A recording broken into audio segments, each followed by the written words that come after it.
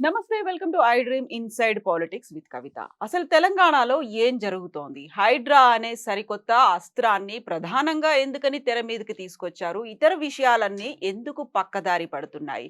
ప్రతిపక్షాలు ముఖ్యంగా BRS party ఎందుకు ఒక డైవర్షన్ పాలిటిక్స్ రేవంత్ సర్కార్ చేస్తోందని పదే పదే చెప్తోంది? ఇతర అంశాల గురించి ఎందుకని ప్రస్తావన రావట్లేదు? రేవంత్ సర్కార్ వాటి మీద ఎందుకు ఫోకస్ పెట్టట్లేదనేటువంటి ప్రధానమైనటువంటి ప్రశ్నలు వినిపిస్తున్నాయి. అసలు ఏం జరుగుతోంది? ఏం జరగాలి? మనతో పాటుగా ఉన్నారు పొలిటికల్ అనలిస్ట్ ప్రకాష్ గారు. ప్రకాష్ గారు నమస్కారం అండి. సో తెలంగాణకి సంబంధించి హైడ్రా అనేది కేవలం ఒక డిజాస్టర్, అంటే చెరువుల్ని కాపాడడమే కాదు, డిజాస్టర్ మేనేజ్మెంట్ కూడా అనేది చెప్తోంది. భవిష్యత్ తరాల కోసం మన చెరువుల్ని కాపాడుకోవాలి. ఐడియా మంచిదే. ఎగ్జిక్యూషన్ ఎలా ఉంది? దానికి చుట్టూ ఎందుకని రాజకీయాలు జరుగుతున్నాయి? హైడ్రా ఇంట్రడ్యూస్ చేయడమే ఒక రాజకీయ దురుద్దేశం ఉంది అనేది నాకు వచ్చిన ఫీడ్‌బ్యాక్. హ్మ్. ఒకవేళ ఒక మంచి పథకాన్ని ఒక రాంగ్ టైమ్‌లో ఇంట్రడ్యూస్ చేసి, ఒక చెడ్డ పేరు తెచ్చుకున్నాడు కేసీఆర్. ఓటమి కూడా పాలయ్యాడు. హ్మ్. అందులో అది పెద్ద పాత్ర ఉంది. దళిత బంధు. ఒక మంచి స్కీమ్ అది. ఆయనే దాన్ని ఎలక్షన్స్ ముందు ఇంట్రడ్యూస్ చేస్తే మళ్ళీ మూడోసారి ముఖ్యమంత్రి అయ్యేవాడు. ఆయన ఈటెల రాజేందర్‌ను కొట్టడం కోసం ఆ కాన్స్టిట్యుయెన్సీలో ఫస్ట్ ప్రయోగాత్మకంగా ఇంట్రడ్యూస్ చేశాడు. ఉప అంత ఎన్నికల టైంలో. అంతకంటే ముందు 1, 2 వాసాలమర్రి లాంటి ఊర్లో చేసినా కూడా అందరికి తెలుసు అది రాజేందర్ కోసమే అక్కడ ఇంట్రడ్యూస్ చేశాడు. హ్మ్. అది ఫెయిల్ అయిపోయింది అది. అర్థం చేసుకోవడంలో ప్రజలు విఫలమైండ్రు. ఉద్దేశం మాత్రం చాలా మంచిది. హైడ్రా కూడా అంతే.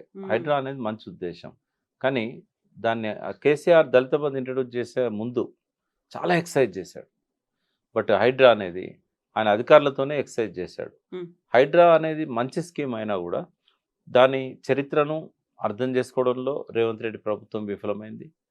తర్వాత గతంలో జరిగిన ఈ ఆక్రమణలు ఏవైతున్నాయో అవి ఎట్లా జరిగినాయి, ఎందుకు జరిగినాయి, దానికి ఉన్న శాస్త్రీయ కోణం ఏంది, చారిత్రక కోణం ఏంది, ఏది కూడా ఆయన పట్టించుకోలేదు. తర్వాత ఎన్నో సంక్లిష్టతలతోని ఉన్న సబ్జెక్టును అకస్మాత్తుగా ఇంట్రడ్యూస్ చేశాడు. అయితే ఇదేంటంటే బాగా డిబేటబుల్ అంశం కానుండే. ఇంట్రడ్యూస్ చేసే ముందే కొన్ని వార్నింగ్స్ అవసరం ఉండే. ముందే ఒక బేస్ ఇయర్ ఏందనేది పెట్టుకోవాల్సి ఉండే. తర్వాత ఆక్రమణలల్లో ఏ మేరకు మనం ఇంటర్ఫియర్ కావాలనేది ఆలోచించాల్సి ఉండే. ఈ పేద ప్రజలు వేసుకున్న గుడిసెలు, తర్వాత వాళ్ళ గవర్నమెంట్ గతంలో ఇచ్చిన పట్టాలు, ఈ విషయాలన్నీ పట్టించుకోవాల్సి ఉండే. ఏది చేయకుండా రాత్రికి రాత్రి ఒక నాగార్జున లాంటి సెలబ్రిటీ ఇన్కన్వెన్షన్ కూల్చేస్తే అందరు భయపడతారన్న పద్ధతిలో అది జరిగింది. అది దీని వెనుక దురుద్దేశాలు ఒక 2, 3 రకాలు నాకు కనబడుతుంది. నంబర్ 1 ఏంటంటే, సిటీలో ఎమ్మెల్యేలు అందరూ ఆల్మోస్ట్ ఒక్క ఎమ్మెల్యే తప్ప, అంటే మజ్లిస్ వాళ్ళే 6 పోగా ఒకే ఒక ఎమ్మెల్యే ఇబ్రహీంపట్నంలో కాంగ్రెస్ గెలిచింది. మొత్తం ఔటర్ రింగ్ రోడ్ చుట్టూ, ఔటర్ రింగ్ రోడ్ లోపల అందరూ బీఆర్ఎస్ ఎమ్మెల్యేలు గెలిచింది బీజేపీ. ఇంతకుమించి ఆయన కాంగ్రెస్ పార్టీకి ప్రాతినిధ్యం వహిస్తున్న రేవంత్ రెడ్డి ఒక్కరిని కూడా గెలిపించుకోలేకపోయాడు సిటీలో. ఆ బీఆర్ఎస్ ఎమ్మెల్యేలను తన పార్టీలో విలీనం చేసుకుంటా అని అధిష్టానం దగ్గర ప్రామిస్ చేశాడు. ఎందుకు ఇట్లా నాగేందర్ లాంటి వాళ్ళు వచ్చినప్పుడు వాళ్ళు క్వశ్చన్ చేశారు. రిజైన్ చేయాలి కదా వాళ్ళు. ఎందుకంటే యాంటీ డిఫెక్షన్ చట్టం తెచ్చింది రాజీవ్ గాంధీ. దాన్ని ఇంప్లిమెంట్ చేస్తామని గట్టిగా చెప్పింది రాహుల్ గాంధీ, ప్రియాంక గాంధీ, సోనియా గాంధీ. బట్ వాళ్ళు పిలిచి అడిగినప్పుడు ఏమన్నారంటే 2/3 వచ్చేస్తారు, అందరు నాతో మాట్లాడుతున్నారు, 26 మంది వస్తారు అన్నాడు. 26 మందిలో సగం మంది కూడా రాలేదు. వచ్చిన వాళ్ళు కూడా మళ్ళీ వెనక్కిపోయే పరిస్థితి కనబడ్డది. వాళ్ళకేందంటే రూరల్లో ఈ బిల్లులు చెల్లించడం అనేది పెద్ద సమస్యగా ఉండే. సంజయ్ అయినా, పోచారం అయినా ఓపెన్గానే చెప్పారు, మా బిల్లులన్నీ పెండింగ్ ఉన్నాయి. చాలా కాలం ఫైట్ చేసి లాస్ట్కు తప్పనిసరిగా సరెండర్ అయ్యారు వాళ్ళు. సిటీ ఎమ్మెల్యేలకి బిల్లుల గోల లేదు. ఎందుకంటే ఇక్కడ వర్క్స్ అన్ని త్రూ జిహెచ్ఎంసీ, హెచ్ఎండిఏ ఇట్లా జరుగుతాయి. వీళ్ళకి ఎవరికి ఆ బిల్లుల గోల లేదు. మరి వీళ్ళను సరెండర్ చేయించుకోవాలంటే ఏం చేయాలి? అంటే వాళ్ళకు ఓట్లు వేసిన ప్రజలను అరెస్ట్ చేయాలి. వాళ్ళు పోయి వాళ్ళ ఇంటి ముందర కూర్చోవాలి. అప్పుడు పోయి అడిగితే మీరు పార్టీలోకి రండి, మిమ్మల్ని మీ పార్టీలోకి వచ్చినట్టయితే మీ ప్రాంతాన్ని వదిలేస్తాం, లేకుంటే చూడనట్టు ఉంటాం. అంటే అందులో పెద్ద పెద్ద బిల్డర్స్ ఉంటారు. ఆ బిల్డర్స్ వీళ్ళకి ఫండింగ్ ఇస్తారు ఎమ్మెల్యేలు గెలవడం కోసం. చాలా బినామీ ఎమ్మెల్యేస్కే ఉన్నాయి. చాలామంది ఎమ్మెల్యేస్ బినామీ బిల్డర్స్ ఉన్నారు. సో ఇట్లాంటివి ఇదొక కోణం. ఇది ఒకవేళ ఇదే నిజమవుతే అక్కడ ఉన్నటువంటి ఒరిజినల్ సమస్యని పక్కదారి పట్టించినట్టే కదా! ఇప్పుడు చెరువుల మీద ఫోకస్ అనేది ఉంది. అక్కడ డిజాస్టర్ మేనేజ్‌మెంట్ చేయాలి అంటే అది కాదు కదా అసలు ఉద్దేశ్యం మరి? అది అది కాదు. బట్ ఏం ఏం జరుగుతుందనేది చెప్తాను. ఇప్పుడు నిజంగానే చెరువుల మీద ప్రేమ ఉంటే మొత్తం అర్బన్ లేక్స్ అన్నీ తీసుకోవాలి. హ్మ్. ఒక హైదరాబాద్ లేక్స్ ఎందుకు తీసుకోవాలి? వరంగల్ ఎందుకు తీసుకోలేదు? కరీంనగర్ ఎందుకు తీసుకోలేదు? సంగారెడ్డి ఎందుకు తీసుకోలేదు? మెల్లిమెల్లిగా దాన్ని స్ప్రెడ్ చేస్తామంటున్నారు కదా! ఆప్ హైడ్రాని మొన్నటి వరదల తర్వాత. అంటే ముందు ఎక్కడైతే ఇష్యూస్ ఎక్కువగా రావో హ్మ్. అక్కడ ఫస్ట్ స్టార్ట్ చేయాలి. రూరల్‌లో మీకు ఇన్ని ఇష్యూస్ రావు. కాబట్టి రూరల్‌లో ఫస్ట్ స్టార్ట్ చేస్తే కొంత ఫీడ్‌బ్యాక్ వచ్చేది. ఏం చేస్తే బాగుండేదని. Urban sensitive zone. హ్మ్. ఇక్కడ డెన్సిటీ ఎక్కువ. కాబట్టి ఇక్కడ కబ్జాలు కూడా ఎక్కువైన సంగతి రేవంత్ రెడ్డి గారికి తెలుసు. రియల్ ఎస్టేట్ గురించి కేసీఆర్ గారికి కూడా రేవంత్ రెడ్డి గారికి ఉన్నంత అవగాహన లేదు. కాబట్టి ఆయనకు ప్రతి క్షుణ్ణంగా తెలుసు ఆయనకు. ఎక్కడెక్కడ చెరువులలో ఆక్రమించుకున్నారు, ఎక్కడెక్కడ బఫర్ జోన్లలో కడుతున్నారు, ఏ బిల్డర్స్ ఎక్కడెక్కడ కబ్జాలు చేశారు. ఈ బిల్డర్స్‌లలో కూడా ఎక్కువ మంది కేటీఆర్ గారితో, బీఆర్ఎస్‌తో ఆ రోజుల్లో పనులు తీసుకున్న ఫ్రెండ్లీ బిల్డర్సే ఎక్కువున్నారు. హ్మ్. అది కూడా ఒక కారణం కావచ్చు. ఎలక్షన్ అప్పుడు ఆయన ఏమన్నా ఫండ్ అడిగాడో, వాళ్ళేమన్నా ఇవ్వలేదో. ఎందుకంటే ఇవన్నీ జరుగుతా ఉంటాయి. ఇప్పుడు చాలామంది అంటే సడెన్‌గా మనకు హై రైజ్ బిల్డింగ్స్ అన్నీ కూడా 2014 తర్వాతనే వచ్చినాయి. అంతకుముందు కొన్ని ఉండే. బట్ 2014, 24 మధ్యలోనే ఫైనాన్షియల్ డిస్ట్రిక్ట్ అంతా కూడా పైకొచ్చింది. అంటే 30 floors, 40 floors, 50 floors high rise buildings అన్నీ ఆ టైంలో వచ్చినాయి. ఈ లావాదేవీలు ఆర్థిక కోణం కూడా దాని వెనకాల ఉంది. ఒకటమ్మా, ఒక నిష్కలంకమైన దేశభక్తుడు ఏ పని చేసినా కూడా అతను మంచి కోసం చేసిండు అనుకుంటారు.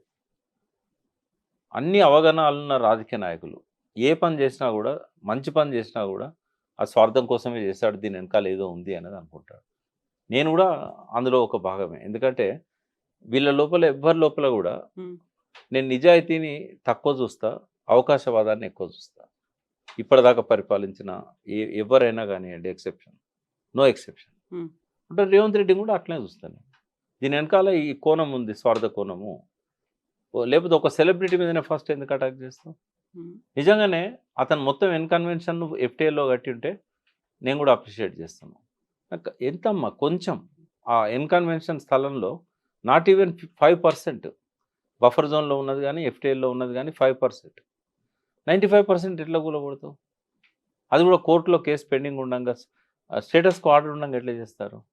అంటే ఇంత ఆదరబాదరగా స్టడీ చేయకుండా, తెలిసి తెలిసి కూడా తెలవనట్టుగా ఈ అటాక్ చేయడం, పోలీసులను తీసుకుపోయి, ఇదేందంటే అందరూ సంతోషపడతారు. చెరువులో కట్టిండు నాగార్జున అని చెప్పి ఆయన బ్లేమ్ చేయడం. కేసీఆర్ చేయలేని పని తాను చేసిండని ఎగ్జాక్ట్‌లీ. చెప్పడం. అప్పుడు కేసీఆర్ కూడా ఇదే ప్రయత్నం చేశారు. ఇది బఫర్ జోన్‌లో ఎఫ్‌టీఎన్‌లో వస్తుంది కాబట్టి కూల్చే ప్రయత్నాలు అప్పుడు జరిగాయి. ఏది కాకపోతే కాంపౌండ్ ఏదో వాళ్ళే. అప్పుడు కూల్చారు కూడా కదా! ఒప్పందాలున్నాయి కాబట్టి వెనక్కడుగేశారు అని. లేదు. ఎంతవరకైతే బఫర్ జోన్‌లో వచ్చిందో అది కూల్చారప్పుడు. జస్ట్ గోడ. హ్మ్. అంటే ఆయనేందంటే నువ్వు నువ్వు 100% తప్పు చేసినోడిని క్షమించడు. 5% తప్పు చేసినోడిని క్షమిస్తాడాయన. బట్ దానికి కూడా ఏందంటే ఆల్టర్‌నేటివ్ ఏదో ఉంటది కదా! రెగ్యులరైజ్ చేయడమో, లేకుంటే దానికి ఏదైనా పెనాల్టీ ఇయ్యడమో ఏదో ఒకటి ఉంటది. బట్ 5% ఎఫ్టీఎల్ బఫర్ జోన్‌లో వస్తే హ్మ్. 95% కూలగొట్టే రైట్ ఎవరిచ్చారు రేవంత్ రెడ్డికి? అంటే దీన్ని పక్కకు పెడదాం. హ్మ్. అసలు హైడ్రాలో జరుగుతున్న తప్పులు నేను చెప్తాను. ఒక మంచి ఆఫీసర్‌ని పెట్టారు. అందులో ఎటువంటి అనుమానం లేదు. హ్మ్. నేను కూడా మన ఇంటర్వ్యూ అయిన తర్వాత లాస్ట్ టైమ్ హైడ్రా మీద నేను పర్సనల్‌గా కూడా మాట్లాడాను రంగనాథ్ రంగనాథ్ గారితో. గారితో. ఓకే. మాట్లాడాను. ఏ సమస్యలు వచ్చే అవకాశం ఉందనేది కూడా చెప్పాను నేను. హ్మ్. హ్మ్. ఒకటేందంటే చట్టాన్ని సమగ్రంగా తయారు చేయాలి. ఇప్పుడు గవర్నమెంట్ ఆర్డర్ కూడా ఇంప్లిమెంట్ చేయదగిందే. చేయలేనిదని నేను అనను. కానీ ఆదరబాదరగా ఇచ్చిన ఆర్డర్ కంటే ఒక బలమైన చట్టాన్ని తయారు చేసుకొని ఇంప్లిమెంట్ చేస్తే చాలా ఉంటది. ఈ చట్టాన్ని తయారు చేసేటప్పుడు ఏం చేయాలి? ఇప్పుడు అది లేనందువల్ల ఏం నష్టం జరుగుతున్నది? హ్మ్. ఇప్పుడు చాలా ఏరియాలలో భూములు కబ్జా పెట్టుకొని ఎవరు తెలంగాణ నలుమూలల నుంచి పని వెతుక్కుంటూ వచ్చిన వాళ్ళు, ఒరిస్సా నుంచి వచ్చిన వాళ్ళు, శ్రీకాకుళం నుంచి వచ్చిన వాళ్ళు, ఛత్తీస్‌గఢ్ నుంచి వచ్చిన వాళ్ళు, బీహార్ నుంచి వచ్చిన వాళ్ళు, లక్షల సంఖ్యలో ఉన్నారు హైదరాబాద్ సిటీలో. వీళ్ళంతా బస్తీలు ఏర్పాటు చేసుకున్నారు. హ్మ్. ఈ బస్తీలు ఏర్పాటు చేసుకోవడం అనేది నిజాం కాలం నుంచి జరుగుతూ వచ్చింది. ఇప్పుడు దాదాపుగా 2000 పైన బస్తీలున్నాయి. చాలా వరకు నాలాల మీదనో, ఎఫ్టీఎల్ లోపలనో, లేకుంటే బఫర్ జోన్‌లలో కట్టుకున్న ఇవి ఉంటాయి. మెల్లమెల్లగా ఏం చేశారు వాళ్ళు? వాటర్ కనెక్షన్, ఎందుకంటే ఆడ ఎలక్షన్‌ల కోసం నాయకులు పోతారు గదా! ఫస్ట్ నాయకుడు ఏం చేస్తాడు? వాళ్ళందరినీ ఓటర్ లిస్ట్‌లో ఎన్రోల్ చేస్తాడు. ఓటర్ లిస్ట్లో వచ్చిన తర్వాత వానికి ఆధార్ కార్డు వస్తుంది. ఆధార్ కార్డు ఆధారంగా పాన్ కార్డు తీసుకుంటాడు. తర్వాత ఎలక్ట్రిసిటీ కనెక్షన్ తీసుకుంటాడు. తర్వాత డ్రైనేజ్ తీసుకుంటాడు. ఆ ఎమ్మెల్యేనే వేస్తాడు. ఎందుకంటే వాస్తవంగా ఓట్లు బంగ్లాలో ఉన్న వాళ్ళు తక్కువగా వేస్తారు. 100 మందిలో 5గురు వేస్తారు బంగ్లాలో ఉన్నవాళ్ళు. బస్తీలలో ఉన్న వాళ్ళు 100కి 95 మంది వేస్తారు. హైదరాబాద్ సిటీలో ఆ 35% నుంచి 50%, 55 దాకా ఓటింగ్ శాతం పోద్దంటే అది కేవలం బస్తీలలో వాళ్ళది ఎక్కువ. మీరు బంజారాహిల్స్ బూతులు చూడండి. ఇది బంజారాహిల్స్ ఎట్లున్నది, అప్ అండ్ డౌన్, వ్యాలీ ఉంది, హిల్ ఉంది. హిల్లో ఉన్న వాళ్ళు ఎన్నడూ లైన్లోకి వచ్చి ఓట్లేయరు. సెలబ్రిటీలు కేవలం ఏంటంటే జనం దృష్టి వాళ్ళ మీద ఉంటుంది కాబట్టి చిరంజీవి గారో లేకుంటే వెంకటేష్ గారో వీళ్ళంతా వస్తారు, వాళ్ళని చూపెడతారు మనం. బట్ వాళ్ళు తప్ప ఎప్పుడన్నా మనము సత్యం రామలింగరాజు పోలింగ్ బూత్లో వచ్చి ఓటేసి చూపెట్టినామా, లేకుంటే మెగా కృష్ణారెడ్డి గారు ఆయన వైఫ్ పోలింగ్ బూత్లో నిలబడి ఓట్లేసుకుని మనం చూపెట్టామా? ఎప్పుడు చూపెట్టలేదు మనం. ఎవరు రారు. యూజువల్ గా ప్రతిసారి లెక్కల్లో కనిపించేది కూడా ఇదే కదా. అసెంబ్లీ ఎన్నికలు కావచ్చు, పార్లమెంట్ ఎన్నికల్లో మిగతా చోట్ల కంటే జూబ్లీ హిల్స్ లో చాలా తక్కువ నమోదవుతుంది. లెస్ దాన్ అది 50% కూడా అనేది. కింద లోయర్లలో ఉన్న బస్తీలు. ఒక్కొక్క బిల్డింగ్ వెనకాల 50 కుటుంబాలు ఉంటాయి డౌన్లో. గుట్ట మీద ఉన్న వాళ్ళని చూస్తున్నాం మనం. గుట్ట కింద ఉన్న వాళ్ళు ఓటేసేది. ఆ బూతులనే పర్సెంటేజ్ 80% అవుతుంది. వీళ్ళ ఓట్ల కోసం నాయకులు ఏం చేస్తారంటే అన్నీ వాళ్ళ కోసం చేస్తారు. డ్రైనేజీ, ఎలక్ట్రిసిటీ, ఇవి అవి అన్నీ. లాస్ట్కి ఏం చేస్తారంటే ముఖ్యమంత్రి దగ్గర పోయి పట్టాలు కూడా ఇప్పిస్తారు వాళ్ళకి. మరి ఇవన్నీ ఇట్లా పట్టాలు ఇచ్చినాయి కదా ఈ చెరువులలో. ఇప్పుడు అల్వాల్ చెరువులో పట్టాలు ఇచ్చారు. అన్ని చెరువులు సిటీలలో చుట్టూ ఎన్ని చెరువులు అవుతున్నాయో అన్నిట్లో పట్టాలు ఇచ్చారు. ఇప్పుడు అక్కడ ఒక అపార్ట్మెంట్ వస్తే మనకు బహుళ అంతస్తుల భవనం కాబట్టి టక్కన మనం క్యాచ్ చేస్తాం. కానీ అక్కడున్న స్లమ్స్, ఎన్నో స్లమ్స్ చెరువులలో పడ్డాయి. 800 చెరువులమ్మా. ఇప్పుడు 180 ఉన్నాయి, 185 ఉన్నాయి. 185 మనం నోటిఫై చేయడానికి వీలుగా ఉన్నాయి. టీఆర్ఎస్ గవర్నమెంట్ ఉన్నప్పుడు అందులో 52 చెరువులు నోటిఫై చేసింది. మిగతా ఎందుకు చేయలేదు అని అంటే అక్కడ కొన్ని రెవెన్యూ ఇష్యూస్ ఉన్నాయి. అంటే ఫస్ట్ రేవంత్ రెడ్డి గారు అర్థం చేసుకోవాల్సింది entire Bharatadesam different, Telangana different revenue loss. ఎందుకంటే రవి అస్తమించని బ్రిటిష్ సామ్రాజ్యం తెలంగాణ బయట ఉంది. తెలంగాణలో ఎన్నడూ రవి అస్తమించని బ్రిటిష్ సామ్రాజ్యవాదులు తెలంగాణను పరిపాలన చేయలే.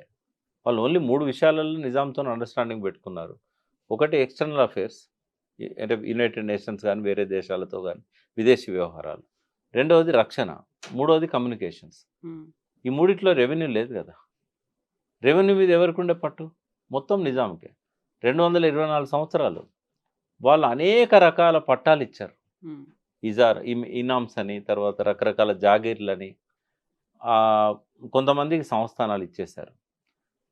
ఆ పట్టాలు ఇచ్చే క్రమంలో మొత్తం విలేజ్ మొత్తం వాళ్ళకి రాసిస్తారు.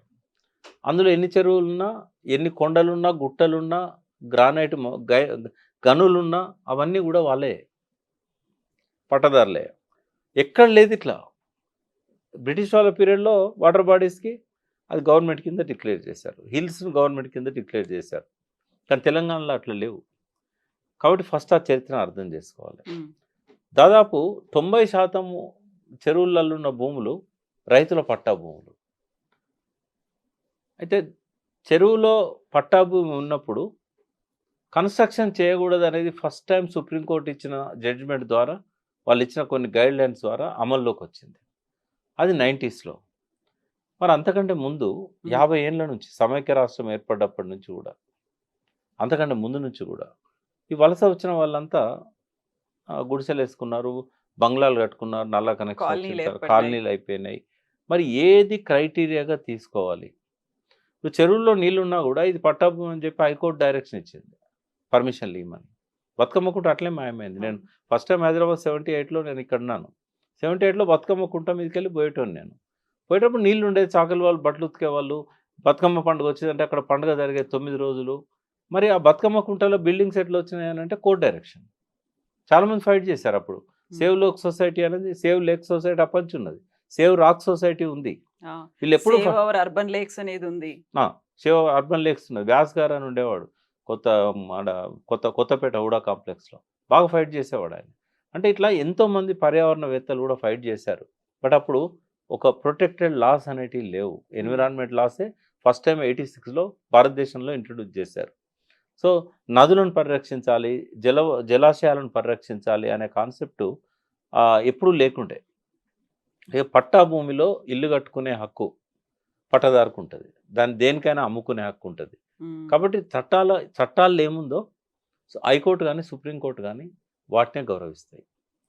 సుప్రీంకోర్టు జడ్జిమెంట్ ఏమి ఇచ్చింది, అది ఎవరి ల్యాండ్ అన్నా కానివ్వండి, అది ప్రభుత్వ ల్యాండ్ అయినా కానివ్వండి, ప్రైవేట్ ల్యాండ్ అయినా కానివ్వండి, వాటర్ బాడీస్ అన్నిటిని ప్రొటెక్ట్ చేయాలి. ఎఫ్టీఎల్ పరిధిలో కాంక్రిటైజేషన్ చేయకూడదు. అది జలవనరులు లాంటి అందరి సంపద. కాబట్టి రెస్ట్రిక్ట్ చేస్తే ఏమన్నారంటే వాటర్ రిసీడ్ అయిన తర్వాత ఆ పట్టాదారు అక్కడ వ్యవసాయం చేసుకోవచ్చు. కానీ ఎటువంటి కాంక్రిటైజేషన్ పట్టాదారు కూడా చేయడానికి వీల్లేదు. గవర్నమెంట్ చెరువులో గవర్నమెంట్ కూడా దాన్ని ధ్వంసం చేసి కన్స్ట్రక్షన్ చేయడానికి వీల్లేదు. అలాంటప్పుడు మన దగ్గర జిహెచ్ఎంసీ మెయిన్ ఆఫీస్ కావచ్చు, బుద్ధ భవన్ కావచ్చు, ఇవన్నీ అలా పోయినవే. ఇవన్నీ ట్యాంక్ బండ్ చుట్టూ అంత ముందు కట్టారు.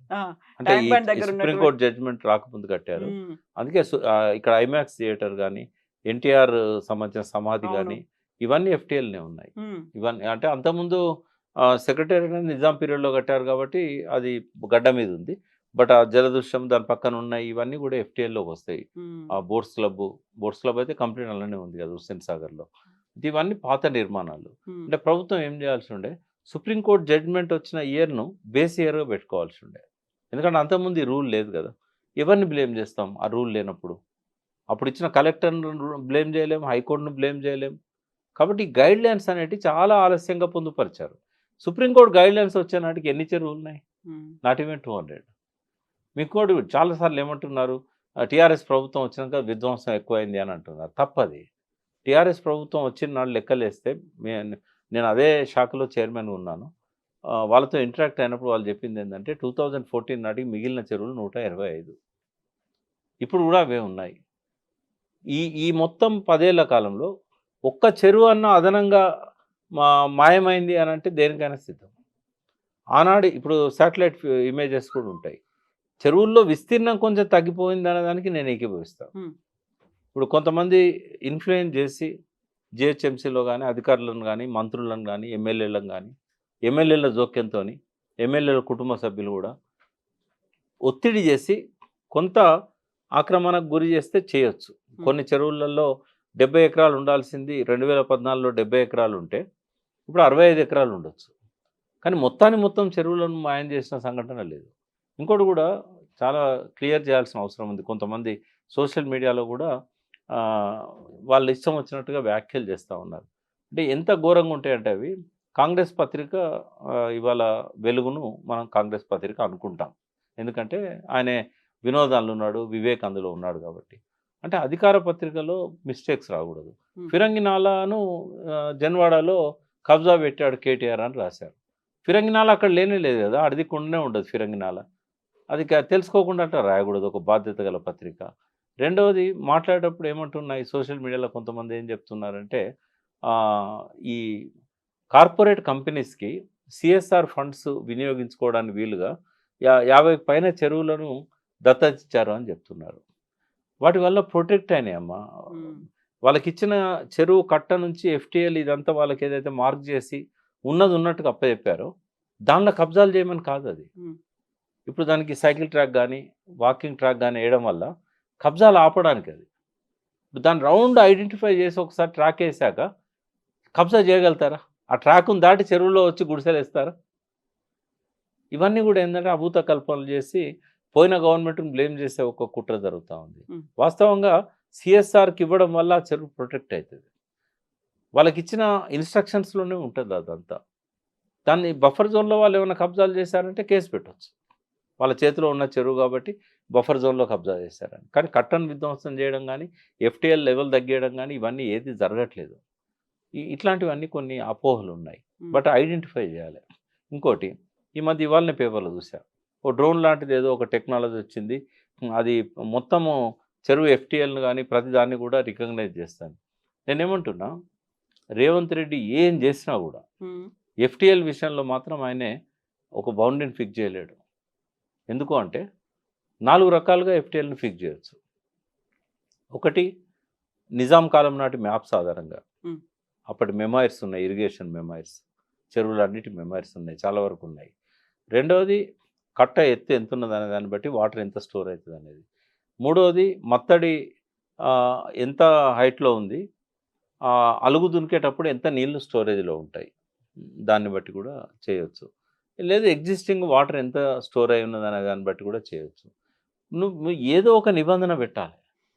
ఈ నిబంధన ప్రకారం చేయండి అని చెప్పాలి. హ్మ్. అట్లా చెప్తే ఏమైద్దంటే మిగతా నిబంధనల ప్రకారం ఇంతకుముందు ఫిక్స్ చేశారు కాబట్టి అదే ఎఫ్టీఎల్ పెట్టమని వీళ్ళు హైకోర్టుకెళ్తారు. అది ఎప్పటికీ ఒక జటిలమైన సమస్యలాగానే ఉంటది. ఈ 4 రకాలలో ఏ పారామీటర్‌ని తీసుకోవాలి? ఈ పారామీటర్స్‌లలోనే ఇన్‌ఫ్లూయెన్స్ అనేది జరుగుతది. ఒక ఎకరం బయట పడేయాలనుకోండి, అతను ఎగ్జిస్టింగ్ మత్తడిని ఆధారంగా తీసుకుంటాడు. ఎగ్జిస్టింగ్ మత్తడి ఎప్పుడో ఒక ఫీట్ తగ్గించుంటారు. వెనక వాటర్‌లో ఉన్న భూములు బయటికి రావడానికి. కాబట్టి ఈ సంక్లిష్టత అనేది ఇరిగేషన్ డిపార్ట్మెంట్‌లో ఉంది. అయితే ఇంకోటేందంటే, ఇప్పుడు మీ ఇల్లు ఉందంటే 4 మూలలు ఫిక్స్ ఉంటది. ఇటు ఎన్ని ఫీట్లు ఉంది, ఇటు ఎన్ని ఫీట్లు ఉంది, ఇటు ఎన్ని ఫీట్లు ఉంది. ఫారెస్ట్ వాళ్ళ భూములకు కూడా ఫిక్స్ ఉంటది. బౌండరీస్ ఫిక్స్ అయి ఉంటాయి. ఒక్కోసారి రెవెన్యూ వాళ్ళు వీళ్ళు గొడవ పడుతుంటారు. హ్మ్. జాయింట్ సర్వేలు పెట్టుకుంటారు. ఇప్పటివరకు ఏందంటే దుర్మార్గము భారతదేశం మొత్తంలో నదులకు బౌండరీస్ లేవు, చెరువులకు బౌండరీస్ లేవు, దేనికి నాలలకు బౌండరీస్ లేవు, దేనికి లింక్ కెనాల్స్‌కు బౌండరీస్ లేవు, కాలువలకు బౌండరీస్ లేవు, హ్మ్. దేనికి బౌండరీస్ లేవు. ఫస్ట్ అది ఫిక్స్ చేయాలిగా. ఏది ఆక్రమణ అంటావు నువ్వు? నువ్వు ఫస్ట్ ఫిక్స్ చేయి. ఎఫ్టీఎల్ ఏందో ఫిక్స్ చేయి. దాని విస్తీర్ణం ఎంతో ఫిక్స్ చేయి. ఇవన్నీ అయినాక పట్టా భూములలో గతంలో పడ్డ ఇండ్లను కూల్చేసే హక్కు నీకెక్కడిది? హ్మ్. ఆ చెరువుల్లో ఉంటే ఉండొచ్చు. సుప్రీంకోర్టు జడ్జిమెంట్‌కి రెట్రాస్పెక్టివ్ ఎఫెక్ట్ లేదు. అల్వాల్ చెరువులో గవర్నమెంట్ పట్టాలు ఇచ్చింది. సుప్రీంకోర్టు గైడ్‌లైన్స్ రాకముందు 1970లో ఇచ్చింది. ఇంకా అంతకంటే ముందు ఇచ్చినాయి. చాలా చెరువులలో ఉన్నాయి. వాళ్ళంతా ఇల్లు కట్టుకున్నారు. వాళ్ళక్కడ 2 జనరేషన్స్ వచ్చినాయి కొత్తగా. హ్మ్. తాత ఇల్లు కట్టాడు అందులో. కొడుకు పుట్టాడు, మనవడు పుట్టాడు. మనవడు పెళ్లి చేసుకొని ఉన్నాడు ఆ ఇంట్లో. నువ్వెవరు కూలగొట్టడానికి? అడ్వర్స్ రైట్స్ కూడా వాళ్ళకొస్తాయి కదా! ఇవన్నీ చట్టవిరుద్ధమైనవి కాదా? వాళ్ళకి ఎట్లా నోటీసులు ఇస్తారమ్మా? ఇంకోటి, ఎవరు శిక్షించాలి? ఇప్పుడు మీరున్నారు. మీరు ఒక అపార్ట్మెంట్‌లో ఫ్లాట్ కొంటారు. మీరు దేన్ని ఆధారంగా కొంటారు? హ్మ్. రికార్డ్స్ అన్ని చూస్తారు. అది బాజాప్తా లీగల్ ఒపీనియన్ చూస్తారు ఫస్ట్. లీగల్ ఒపీనియన్ అడ్వకేట్ ఏం చేస్తాడు, ఇది పట్టా భూమి 1954 నుంచి రికార్డ్స్, అందులో లింక్ డాక్యుమెంట్స్ పెడతారు. క్లియర్‌గా ఉన్నాయని. క్లియర్‌గా ఉన్నాయని చెప్తాడు. మీరు బ్యాంక్ అప్రోచ్ అవుతారు. బ్యాంక్ లోన్ ఇస్తది. మీరు ఎందుకు సస్పెక్ట్ చేస్తారు ఇది తప్పు అని? హ్మ్. ఇప్పుడు వాళ్ళకి మీరు నోటీసులు ఇస్తే వాళ్ళు ఏం కావాలి? అపార్ట్మెంట్స్ కట్టినప్పుడే పర్మిషన్ ఎందుకు ఇచ్చారు? మీ సిటీ ప్లానర్ ఉంటాడు కదా! సిటీ ప్లానర్‌కి తెలీదా అది ఎఫ్టీఎల్‌లో ఉందని? అది బఫర్ జోన్‌లో ఉందని తెలవదా? ఇప్పుడు ఎవరు తప్పు? ఎవరిని శిక్షించాలి ఫస్ట్? హ్మ్. ఫస్ట్ పర్మిషన్ ఇచ్చినోడిని శిక్షించాలి. పట్టా ఇచ్చినోడిని శిక్షించాలి. అంటే నీకు నువ్వే శిక్షించుకోవాలి. అందుకే సుప్రీంకోర్టు, మన హైకోర్టు ఒక కేసులో ఏం చెప్పిందంటే అయ్యప్ప సొసైటీ ల్యాండ్స్‌లో వాళ్ళు ఎప్పటినుంచో వచ్చి ఇల్లు కట్టుకొని, బిల్డింగ్స్ కట్టుకొని రెంట్‌లకిచ్చి వ్యాపారాలు నడుపుకుంటున్నారు. వాళ్ళకి అన్ని రకాల అనుమతులు మీరే ఇచ్చారు. హ్మ్. ఇవాళ అది ట్రస్ట్ ప్రాపర్టీ, అది కట్టుకోవడానికి లేదా, కొనుక్కోవడానికి లేదనంటే మరి ఇన్ని రోజులు మీరు ఎందుకు నిద్రపోయారు? తప్పు వాళ్ళది ఎట్లయితది? కాంట్రిబ్యూటరీ నెగ్లిజెన్స్ మీది కూడా ఉంది కదా! వాళ్ళకి తెలుసా ఇది ట్రస్ట్ ప్రాపర్టీ అని?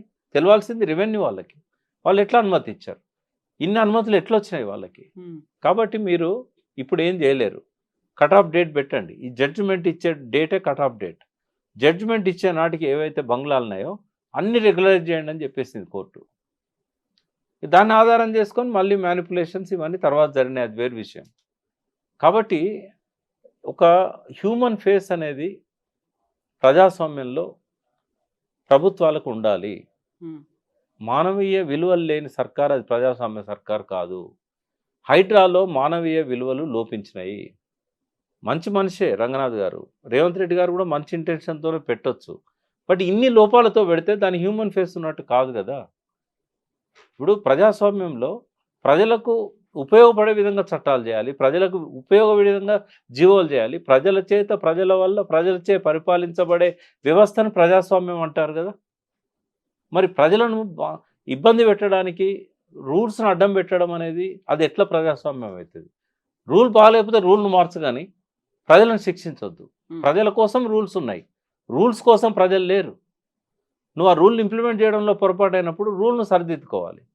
దానికి ఏదో ఒక ఆల్టర్‌నేట్ కంపెన్సేషన్ అనేది అవసరం. ఇప్పుడు ఎన్ కన్వెన్షన్ కూలగొట్టారు. కూలగొట్టి ఆ 6 మీటర్లను ఏం చేస్తారమ్మా? పోనీ ఆడేమన్నా వ్యవసాయం ఉందా? అంతవరకు 6 మీటర్ల వరకు వాటర్ బాడీని ప్రొటెక్ట్ చేయాలి. మరి మొత్తం ఎన్కన్వెన్షన్ ఎందుకు కూలగొట్టాలి? వెతికి ఎందుకు సెలబ్రిటీలు అయ్యి పొలిటీషియన్లు అయ్యి ఎందుకు చేయాలా? బస్తీలను ఎందుకు టచ్ చేస్తున్నారు? బస్తీలు ఒకవేళ నీళ్ళల్లో కట్టుకున్నా కూడా వాళ్ళకి ఆల్టర్నేటివ్ బిల్డింగ్స్ కట్టి వాళ్ళని షిఫ్ట్ చేసి అప్పుడు ఆ చెరువుని రివైవ్ చేయి. నేను చెరువులు రివైవ్ చేయడానికి మొదటి నుంచి పట్టుబడుతున్న వ్యక్తిని నేను. ఇవాళ ఆల్ ఇండియాలో ఐపీఆర్బీసీ అనే సంస్థకు చైర్మన్. అంటే వర్షాధార నదుల జలాశయాల పరిరక్షణ కోసం అది పెట్టుకున్నాం ఆ సంఘం. మేధా పట్కర్ గారు కూడా మాతో అసోసియేట్. అట్లనే రాజేందర్ సింగ్ గారు కూడా మాతో అసోసియేట్. నేను దేశమంతా ఆర్గనైజ్ చేస్తున్నాను నదులను జలాశయాలను పరిరక్షించడానికి. బట్ వీళ్ళ దగ్గర ఈ విచక్షణ లేదనే దాని మీద ఆవేదన ఉంది. బట్ ఆ ఇంటెన్షన్ మంచిదే. ఈ తెలంగాణ అంతటికి వర్తించే విధంగా చేయండి. ఆ చెరువులు అన్నప్పుడు అర్బన్ రూరల్ అనేది కాదు, టోటల్ ఏ చెరువు అయినా కూడా సుప్రీంకోర్టు జడ్జిమెంట్ వచ్చిన డేట్ను బేస్ ఇయర్గా పెట్టుకోవాలి. అంతకుముందు ఏవైతే జరిగినాయో వాటిని రాటిఫై చేయాలి. వాటిని రాటిఫై చేయడానికి మీరు ఎవరు పట్టాభూములలో వాళ్ళు ఇచ్చేశారు. కాబట్టి కొంతమంది చెరువుల మీదనే పనిచేసే వాళ్ళు ఉన్నారు. వాళ్ళని కూర్చోబెట్టుకోవాలి. వాళ్ళతో ఇష్యూస్ ఎట్లున్నాయి, ఏంది ప్రాబ్లమ్స్ ఏంటి. ఇప్పుడు నెక్టంపూర్ లేక్ మీద మధులిక అని ఆమె రాజస్థాన్ నుంచి వచ్చి ఇక్కడ పనిచేస్తూ ఉన్నది. మధులికతో కూర్చోబెట్టండి ఎక్స్పెరిమెంట్స్ చేయాలి. ఆమె కూడా ఆ చెరువును ఎఫ్టీఎల్ పరిరక్షించడానికి ఓవైసీ వాళ్ళకి సంబంధించిన వాళ్ళు ఎవరో అడ్డుపడితే ప్రభుత్వం ఏం చేయలేకపోయింది. ఆమె ఎన్నిసార్లు మొరబెట్టుకున్నదో, నా దగ్గరకు వచ్చింది, కలెక్టర్ దగ్గర పోయింది, ఎవరి దగ్గర పోయినా కూడా వాళ్ళతో పెట్టుకోలేమమ్మా మేము అని చెప్పేసి లాస్ట్ వాళ్ళ కబ్జాలనే ఉంది. నెక్టంపూర్ లేక్లో ఒక చిన్న పార్ట్ ఎఫ్టీఎల్ లోపల. అంటే ఇట్లా ఎంతోమంది జస్విన్ అనే ఒక ఆమె, జయరత్ ఏదో పేరుంది, ఆమె కూడా మిడిల్ ఏజ్ స్టార్ట్ చేస్తున్నారు. ఇట్లా వాళ్ళకి సపోర్ట్ ఇవ్వాలి, వాళ్ళని స్ట్రెంథెన్ చేయాలి, వాళ్ళతో కూర్చొని మాట్లాడుకోవాలి ఏమేమి ఇష్యూస్ ఉన్నాయి అనేది. అటువంటి సంస్థలకు అప్పచెప్పాలి వాటిని. సిఎస్ఆర్ వాళ్ళు చేసేదాన్ని కూడా ఎటువంటి వాళ్ళతో సోషల్ ఆడిటింగ్ చేయించాలి. ఇప్పుడు సిఎస్ఆర్కి ఇచ్చినంత మాత్రాన అది కబ్జాలకు గురి కావడానికి వీల్లేదు. ఇప్పుడు అందరు ఆరోపణలు చేస్తున్నారు, కేటీఆర్ ఇంతమందికి అప్పచెప్పేశాడు, వాళ్ళంతా కబ్జాలు చేస్తున్నారు, బిల్డింగ్లు కడుతున్నారని. అది సోషల్ ఆడిటింగ్ చేయాలి. వాళ్ళు నిజంగానే ఇన్స్ట్రక్షన్స్ ప్రకారం ఆ బౌండరీలో ఫిక్స్ అయి ఉన్నారా, వాళ్ళకి నిజంగానే వైలేట్ చేసి కడుతున్నారా, ఇటువంటి వాళ్ళతో సోషల్ ఆడిటింగ్ చేయించాలి. ఎన్జిఓస్ను దీనిలో ఇన్వాల్వ్ చేయాలి. ఏ ఎక్సర్సైజ్ లేకుండా స్టార్ట్ చేశారు హైడ్రా. ఒకవేళ రేవంత్ రెడ్డి గారు కనుక పునరాలోచించుకొని ఇప్పుడు చట్టం చేసే ముందు, ఈ విధి విధానాలు నిర్ణయించే ముందు, ఈ హైదరాబాద్ చరిత్రను, వెనుకటి భూముల చరిత్రను, సుప్రీంకోర్టు గైడ్లైన్స్ని, ఆ మధ్యకాలంలో 40 ఏళ్ళు జరిగిన ఎంక్రోచ్మెంట్స్ని, పట్టాలు ఇచ్చినప్పుడు ఈ చెరువులలో పట్టాలు ఇచ్చిన సర్కారు యొక్క నిర్ణయాలను గౌరవిస్తూ, లేదా వాళ్ళని రీప్లేస్ చేయడానికి వాళ్ళకు బాంబే తరహాలో బహుళ అంతస్తుల భవనాలు కట్టి రాజీవ్ స్వగృహలాగా అట్లా వాళ్ళని అందులోంచి రీలొకేట్ చేసి ఆ జలాశయాలను కాపాడే విధంగా ప్లాన్ చేసుకున్నట్టయితే తప్పకుండా ఆయన నేను అప్రిషియేట్ చేస్తా, ఈ నిర్ణయాన్ని స్వాగతిస్తా. ఇందులో దురుద్దేశం లేదని ఒప్పుకుంటా. బట్ అది ఆ రోజు ఎప్పుడు వస్తుందో చూడాలి. టైం పడుతుంది. టైం పడుతుంది. Thank you so much Prakash garu. Thank you.